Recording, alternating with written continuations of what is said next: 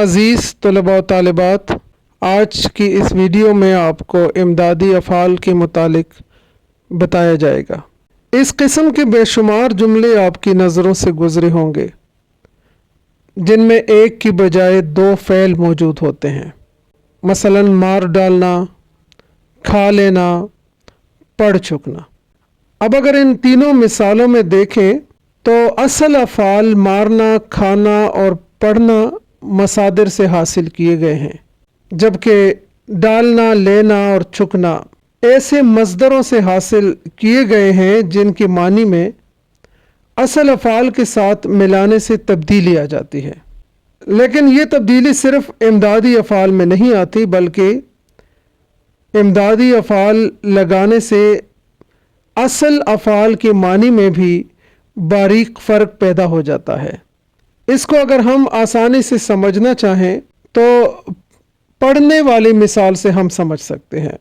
जैसे हम पढ़ना से पढ़ लेना कहते हैं, तो यहाँ पे पढ़ लेना की मानी है अपने लिए कोई चीज़ पढ़ लेना।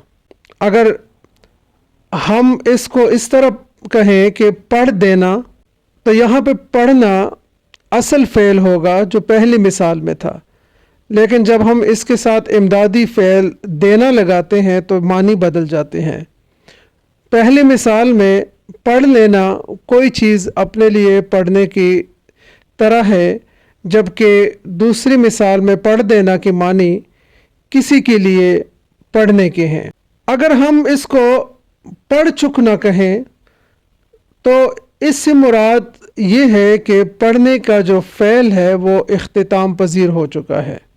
गोया हम कह सकते हैं कि वो फ़ेल जो दूसरे फ़ेल के साथ आकर उसके मानी में तब्दीली पैदा करे, उसे हम इमदादी फ़ेल कहते हैं। एक मिसाल और मुलाहिज़ा करें कि दोनों भाई बिला वजह लड़ पड़े।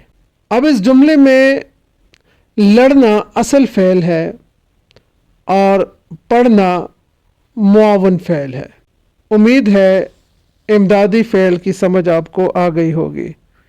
इंशाअल्लाह अगले वीडियो में ग्रामर के किसी और मौजू के साथ आपके सामने पेश होंगे। बहुत शुक्रिया।